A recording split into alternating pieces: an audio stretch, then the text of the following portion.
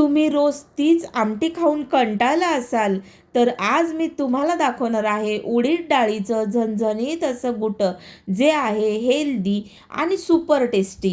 याच्या रंगावरूनच तुम्हाला अंदाज आला असेल किती भारी हे चवीला झालेलं असेल आणि असं वाटतंय की नाही की आपण हे चुलीवरती बनवलंय. इतका मस्त याला हिरवागार असा कलर आलेला आहे आणि जितका कलर दिसतोय ना छान, तितकीच ही आमटी घुटंसुद्धा खायला एक नंबर असं झालेलं आहे.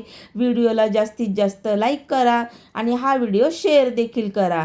नमस्कार, दीपालीज मेजवानी या मराठी यूट्यूब चॅनलवर तुमचे खूप खूप खूप मनापासून स्वागत. आज आपण बनवणार आहोत झणझणीत हिरव्या वाटणातील उडदाचं घुटं. साध्या उडीद डाळीचा असा बेत ज्याचा सुगंध अख्ख्या गल्लीत दरवळेल. असा मस्त याचा सुगंध येतो आणि चवसुद्धा अप्रतिम, एकच नंबर याची चव लागते. एकदा अशा पद्धतीने करून बघा. अगदी साधं सिंपल आपण हे घुटं बनवणार आहोत. तर त्यासाठी इथे खूप कमी साहित्य आहे आपल्याकडे. 1 वाटी उडीद डाळ, तर त्याचप्रमाणे इथे कढीपत्त्याची पानं आहेत, हिरवी मिरची, लसूण, टोमॅटो, कोथिंबीर, मीठ, हळद आणि तेल लागणार आहे. एवढंच साहित्य आपल्याला लागणार आहे. अजिबात यामध्ये खोबरं किंवा धणे असं काहीही घ्यायची गरज नाही आणि तरीसुद्धा चवीला एक नंबर असं होतं. ही डाळ ना साधारण 4 ते 5 पाण्याने व्यवस्थित धुवून घ्यायची आणि कुकरला याच्या 4 शिट्या करून घ्यायच्या आहेत. इथे डाळ आपली शिजून झालेली आहे आणि त्यानंतर इथे पाणीसुद्धा यामध्ये थोडंफार असं शिल्लक राहिलेलं आहे. तर ही डाळ ना आपल्याला आता सगळ्यात अगोदर घोटून घ्यायची आहे. तुम्ही रवीचा सुद्धा याच्यासाठी वापर करू शकता. मी इथे चमच्यानेच घोटून घेणार आहे कारण ही जी डाळ आहे ना ती व्यवस्थित अशी शिजल्या गेलेली आहे, त्यामुळे ही इझिली अशी मॅश होत आहे. आता आपल्याला फोडणी घालायची आहे आणि फोडणीसाठी 2 चमचे इतकं तेल मी यामध्ये घातलेलं आहे. जिरं घालायचं आहे अर्धा चमचा आणि मगाशी जिरं दाखवायचं राहिलं होतं. जिरं छान फुलू द्यायचं. त्यानंतर यामध्ये जे बारीक काप करून घेतलेलं लसूण आहे तो सुद्धा घालून घ्यायचा आणि गुलाबी रंगावरती हा आपल्याला परतून घ्यायचा आहे. वाटण इथे बारीकसर वाटून झालेलं आहे. त्यानंतर कढीपत्त्याची पानं यामध्ये सोडून घ्यायची आहेत. फोडणी मात्र खमंग बसली पाहिजे. मस्त याची फोडणी बसली ना तर तितकंच आपलं भारी घुटं लागतं. खूप छान लागतं घुटं.